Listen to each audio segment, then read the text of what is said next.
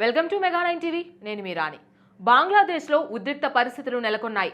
జై శ్రీరామ్ నినాదాలతో ఢాకా వీధులు దద్దరిల్లాయి. వేలాది మంది హిందువులు, విద్యార్థులు, వివిధ సామాజిక సంఘాల ప్రతినిధులు ఒక్కసారిగా వీధుల్లోకి వచ్చి భారీ ఆందోళనకు దిగారు. ఉత్తర బంగ్లాదేశ్లోని గైబాందా జిల్లాలో శ్రీరాముడి చిత్రాన్ని అవమానించారని, అలాగే భారీ శ్రీరామ విగ్రహ నిర్మాణ ప్రాజెక్టును అడ్డుకునే ప్రయత్నాలపై బంగ్లాదేశ్ హిందువుల్లో ఆగ్రహం కట్టలు తెంచుకుంది. శుక్రవారం రోజు ఢాకా వీధుల్లో పెద్ద ఎత్తున జరిగిన నిరసన ప్రదర్శనలు దేశవ్యాప్తంగా చర్చనీయాంశంగా మారాయి. ఢాకా రాజధాని నగరంలోని షాబాగ్ ప్రాంతం నిరసనకారుల నినాదాలతో మార్మోగింది. ముఖ్యంగా జై శ్రీరామ్ నినాదాలు ఆకాశాన్నంటాయి.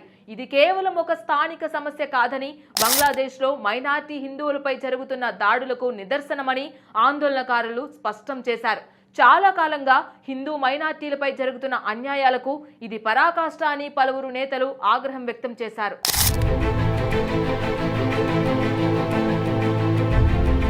ఈ ఆందోళనలకు ప్రధాన కారణం గైబాందా జిల్లాలోని పలాష్బారీ ప్రాంతంలో జరుగుతున్న శ్రీరాముడి విగ్రహ నిర్మాణం.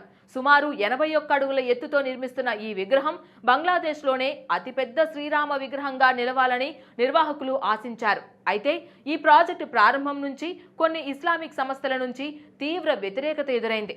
ఈ వ్యతిరేకత క్రమంగా హిందూ మైనార్టీలపై దాడులకు దారితీసింది. ఇటీవల జరిగిన ఒక ప్రదర్శనలో శ్రీరాముడి చిత్రాన్ని చెప్పులతో కొట్టి అవమానించినట్లు ఆరోపణలు రావడంతో పరిస్థితి మరింత తీవ్ర రూపం దాల్చింది. ఈ దారుణ ఘటనకు సంబంధించిన వీడియోలు సోషల్ మీడియాలో క్షణాల్లో వైరల్ అయ్యాయి. ఫలితంగా హిందూ వర్గాల్లో తీవ్ర ఆగ్రహం వ్యక్తమైంది. ఈ ఘటన అనంతరం దోషులపై తక్షణమే చర్యలు తీసుకోవాలని డిమాండ్ చేస్తూ ఢాకా యూనివర్సిటీ విద్యార్థులు మొదట టార్చ్ లైట్ ర్యాలీ నిర్వహించారు. వారి నిరసన స్పందన దేశవ్యాప్తంగా హిందూ సంఘాలను ఏకం చేసింది. దీనికి మద్దతుగా హిందూ విద్యార్థి సంఘాలు, మైనార్టీ హక్కుల సంస్థలు, అనేక సామాజిక సంఘాలు కలిసి షాబాగ్ ప్రాంతంలో భారీ నిరసన ప్రదర్శనను నిర్వహించాయి. నిరసనకారులు మత విద్వేషాన్ని రెచ్చగొడుతున్న వర్గాలపై కఠిన చర్యలు తీసుకోవాలని, దోషులను వెంటనే అరెస్ట్ చేయాలని డిమాండ్ చేశారు. ఇది కేవలం శాంతి భద్రతల సమస్య కాదని, మత స్వేచ్ఛకు సంబంధించిన హక్కుల ఉల్లంఘన అని వారు వాదించారు.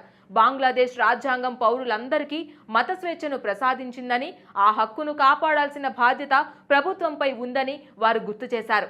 ప్రధాని తారిక్ రెహమాన్ ప్రభుత్వం ఈ విషయంపై తక్షణమే స్పందించి మైనార్టీల భద్రతకు భరోసా ఇవ్వాలని పలువురు ప్రముఖులు కోరారు.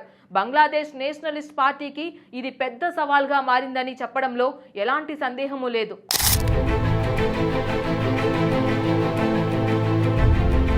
నిరసనలకు నాయకత్వం వహించిన హిందూ విద్యార్థి సంఘాలు ప్రభుత్వానికి 72 గంటల అల్టిమేటం విధించాయి.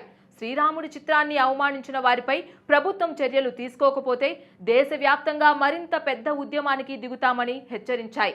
ఇప్పటికే గైబాందాలో నిర్మాణంలో ఉన్న శ్రీరామ విగ్రహ పనులను తాత్కాలికంగా నిలిపివేసినట్లు ఆలయ కమిటీ ప్రకటించింది. తీవ్రవాద సంస్థల నుంచి బెదిరింపులు వస్తున్న నేపథ్యంలో భద్రతా కారణాల వల్ల ఈ నిర్ణయం తీసుకున్నామని నిర్వాహకులు తెలిపారు.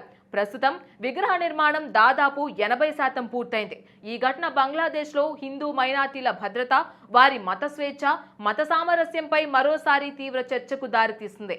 హిందూ, బౌద్ధ, క్రైస్తవ ఐక్య పరిషత్ సహా పలు ప్రముఖ సంస్థలు బంగ్లాదేశ్ ప్రభుత్వం వెంటనే జోక్యం చేసుకొని మత విద్వేష ఘటనలను అరికట్టాలని కోరాయి.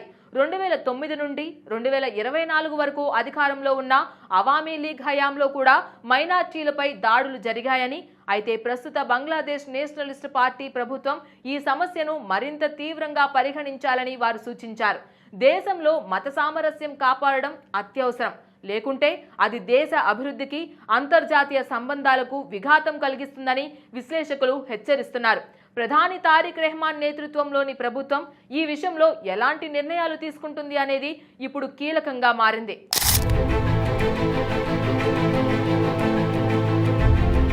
మొత్తంగా బంగ్లాదేశ్ శ్రీరాముడి విగ్రహం వివాదం, దానిపై హిందువుల ఆందోళనలు దేశంలో మత స్వేచ్ఛ, మైనార్టీల భద్రతపై తీవ్ర చర్చను లేవనెత్తాయి.